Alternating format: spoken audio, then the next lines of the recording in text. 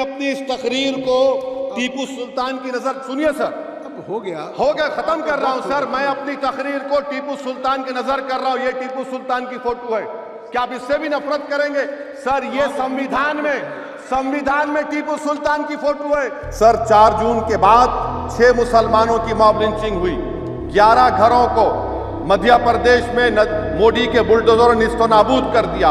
हिमाचल प्रदेश में एक मुसलमान की एक दुकान को लूट लिया गया और हिज़्ब इख्तिलाफ की पार्टियों की तरफ से सन्नाटा है।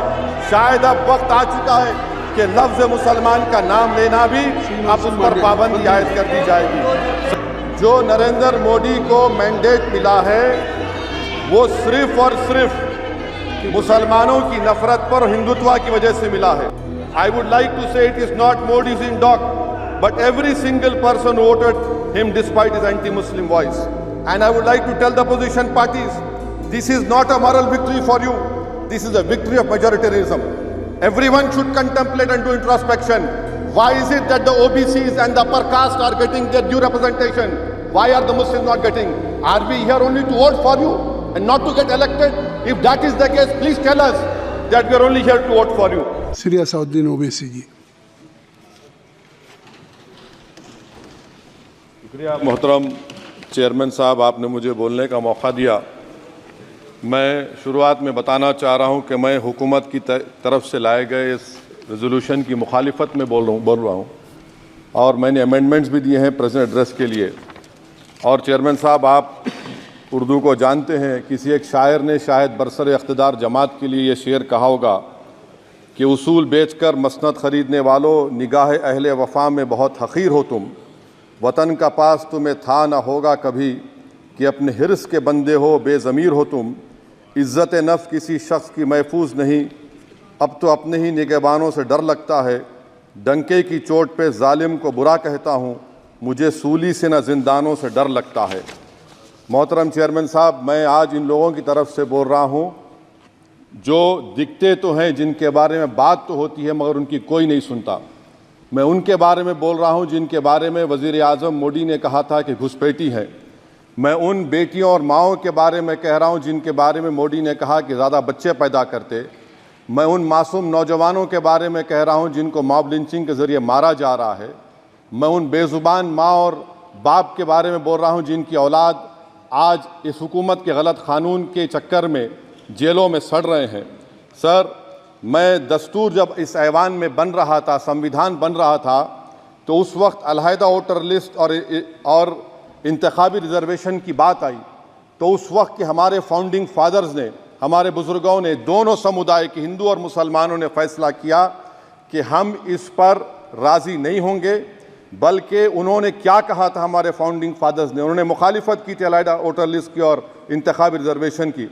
उन्होंने कहा था, I quote sir, it is the duty of majority community to ensure that minorities are elected in the representative numbers. BJP मुसलमानों की नफरत पर जीतती है और मुसलमानों के नाम निहाद मसीहा मुसलमानों के 90% ज़्यादा वोट हासिल करते हैं, मगर फिर भी इस ऐवान के दरवाजे नहीं खुलते मुसलमानों के लिए और सिर्फ 4% मुसलमान जीत कर आते हैं। सर, संविधान सिर्फ एक किताब नहीं है जिसे चूमा जाए, संविधान एक किताब नहीं है जिसे दिखाया जाए, संविधान एक सिंबल भी है, मगर संविधान एक हमारे बुजुर्गों के ख्वाबों की किताब है। हमारे जमहूरियत को हमारे बुजुर्गों ने इस तरह समझा, हमारे फाउंडिंग फादर्स ने इस तरह जमहूरियत को समझा कि इसमें हर समुदाय और मजहब और समाज के मानने वाले लोगों की राय को शामिल किया जाएगा इस मुल्क को चलाने के लिए। मगर इस ऐवान में सिर्फ 4% मुसलमान जीत कर आते हैं। मैं संविधान से जो मोहब्बत के दावे करते हैं उनसे कहूँगा कि कभी उठाकर पढ़ो कॉन्स्टिट्यूएंट असेंबली डिबेट्स में कि नेहरू ने, H.C. मुखर्जी ने, सरदार हुकुम सिंह ने माइनॉरिटीज़ के बारे में क्या कहा था। सर, वतन अजीज़ का मुस्तकबिल कैसा होगा जब बीजेपी मुझे गायब करना चाहती है और दीगर हिज़्ब इख्तिलाफ की पार्टियां के लिए मेरा वजूद सिर्फ वोट डालना और अपनी खबर में जाकर सो जाना है। इसीलिए आप देखते हैं कि समाजी इंसाफ है सर कि 4% मुसलमान जीत कर आते हैं। सर, इस ऐवान में ओबीसी समाज के एमपी अब अपर कास्ट के एमपी के बराबर हो चुके हैं। ओबीसी समाज के एमपी अब अपर कास्ट एमपी के बराबर हो चुके हैं और 14% मुसलमान सिर्फ 4% जीत कर आते हैं। सीएसडीएस का डेटा ये बताता है कि इस मुल्क में जो वोट बैंक है, जो एक मुश्त वोट डालता है, वो अपर कास्ट का है। मुसलमान का कभी ना वोट बैंक था ना कभी रहेगा। सर, 4 जून के बाद 6 मुसलमानों की मॉब लिंचिंग हुई। 11 घरों को मध्य प्रदेश में मोदी के बुलडोजर ने निस्तो नाबूद कर दिया। हिमाचल प्रदेश में एक मुसलमान की एक दुकान को लूट लिया गया और हिज़्ब इख्तिलाफ की पार्टियों की तरफ से सन्नाटा है। शायद अब वक्त आ चुका है कि लफ्ज मुसलमान का नाम लेना भी अब उस पर पाबंदी आयद कर दी जाएगी। सर, मैं ये बात बताना चाह रहा हूँ कि नरेंद्र मोदी को जो मैंडेट मिला है। एक मिनट ओवैसी साहब, आप लोग बैठ जाएं, कृपया आप लोग बैठ जाएं। श्री मनसुख मांडविया जी, आप लोग बैठ जाएं, कृपया माननीय सदस्य बैठ जाएं। श्री मनसुख मांडविया जी, मनसुख मांडविया जी, कृपया आप लोग बैठ जाएं। अपने प्रारंभिक कृपया आप लोग बैठ जाएं। आप लोग बैठ जाएं। माननीय सदस्य ने बैठ जाएं। माननीय सदस्य ने अपने प्रारंभिक भाषण में जो शब्द प्रयोग करा है उसको ऑथेंटिकेट करा जाए। और अभी उन्होंने उल्लेख करा कि मोदी के बुलडोजर ने वहाँ मॉब लिंचिंग करा है, उसको भी ऑथेंटिकेट करा जाए। निश्चित तौर से इसको ठीक है। ओवैसी साहब, जब भी कोई बात नहीं सर, आप चेयर पर बैठे हैं जी, इसलिए आप मंत्री जी को पेट में दर्द हुआ, माशाल्लाह, शुक्रिया उनका। नहीं, तो सर मैं ये बोल रहा था, जवाबदेही है अरे ये नहीं, मंत्री इससे बुरी बात क्या है? पेट में दर्द हो सकता है, वो दर्द ये सब ठीक। अच्छा, दर्द हुआ, चलिए दर्द हुआ, दिल का दर्द हुआ। तो सर, जो नरेंद्र मोदी को मैंडेट मिला है वो सिर्फ और सिर्फ मुसलमानों की नफरत पर हिंदुत्व की वजह से मिला है। I would like to say it is not Modi's in doc but every single person voted him despite his anti Muslim voice. And I would like to tell the opposition parties, this is not a moral victory for you, this is a victory of majoritarianism. Everyone should contemplate and do introspection.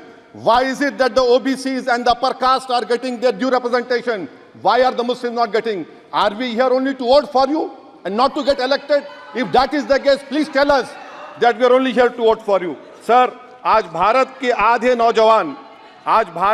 नौजवान बेरोजगार हैं और रोजगार की तालाश, बेरोजगारी का आलम यह है सर कि मोदी सरकार के 5 साल में 75 लाख एस्पिरेंट्स की जिंदगी बर्बाद हो गई, 6 पेपर लीक हुआ। बेरोजगारी का आलम यह है सर कि रशिया जा रहे हैं, वहां जाकर अपनी जानों को दे रहे हैं। बेरोजगारी का आलम यह है कि नरेंद्र मोदी रोजगार का कैंप चलाती है नौजवानों के लिए कि तुम इजराइल में जाकर काम करो, उनको कैनन फॉडर बना रही है ताकि फलस्तीनियों की जायदादों को हड़प कर सके। ये भी कंक्लूड कर। अरे सर, मेरा टाइम है। कहाँ टाइम है सर? आप ये टाइम ले लिए मेरा। सर, मैं 2 मिनट दीजिए। ये विश्वगुरु की पॉलिसी है। इजराइल को 27 टन हथियार जा रहा है। 9 मिलियन भारत के लोग गल्फ में काम करते हैं, क्या असर पड़ेगा? 47,000 इजरायली फलस्तीनी मार चुके हैं। क्या है हमारी पॉलिसी सर? क्यों हथियार दे रहे हैं सर? नस्लकशी हो रही है। सदर जमहूरिया के खुतबे में राष्ट्रपति के सर, मैं उसी पे बोल रहा हूं सर, उसमें लिखा हुआ है फॉरेन पॉलिसी के ऊपर, आप पैराग्राफ नंबर 25 देख लीजिए। सदर जमहूरिया में सैचुरेशन अप्रोच है। क्यों नहीं मोदी सरकार माइनॉरिटीज को तीनों स्कॉलरशिप को डिमांड करती है सर? उसको आपने बजट कम कर दिया। सर, बनारस का बुनकर 18 महीने से मंडी का शिकार है, सूरत और बेंगलुरु जा रहा है। सर, आखिरी बात कंक्लूड कर रहा हूं, आखिरी बात सर, पनून केस में निखिल गुप्ता, मोदी ने कहा था कि हम घर में घुसकर मारा, तो निखिल गुप्ता को किसने ऑर्डर दिया था पनून को मारने का? अगर नहीं दिया तो उसको बचाइए, और अगर दिया नहीं तो फिर उस पर पीएमएलए क्यों नहीं लगाते? और सर समाप्त करो। कमेटी बनाई आपने, उसका क्या हुआ? सर, हम एससीओ को नहीं जा रहे। सर, मैं आपको बता रहा हूं कि मैं अपनी इस तकरीर को टीपू सुल्तान की नजर, सुनिए सर, अब हो गया, खत्म कर रहा हूं सर। मैं अपनी तकरीर को टीपू सुल्तान के नजर कर रहा हूं। ये टीपू सुल्तान की फोटो है, क्या आप इससे भी नफरत करेंगे?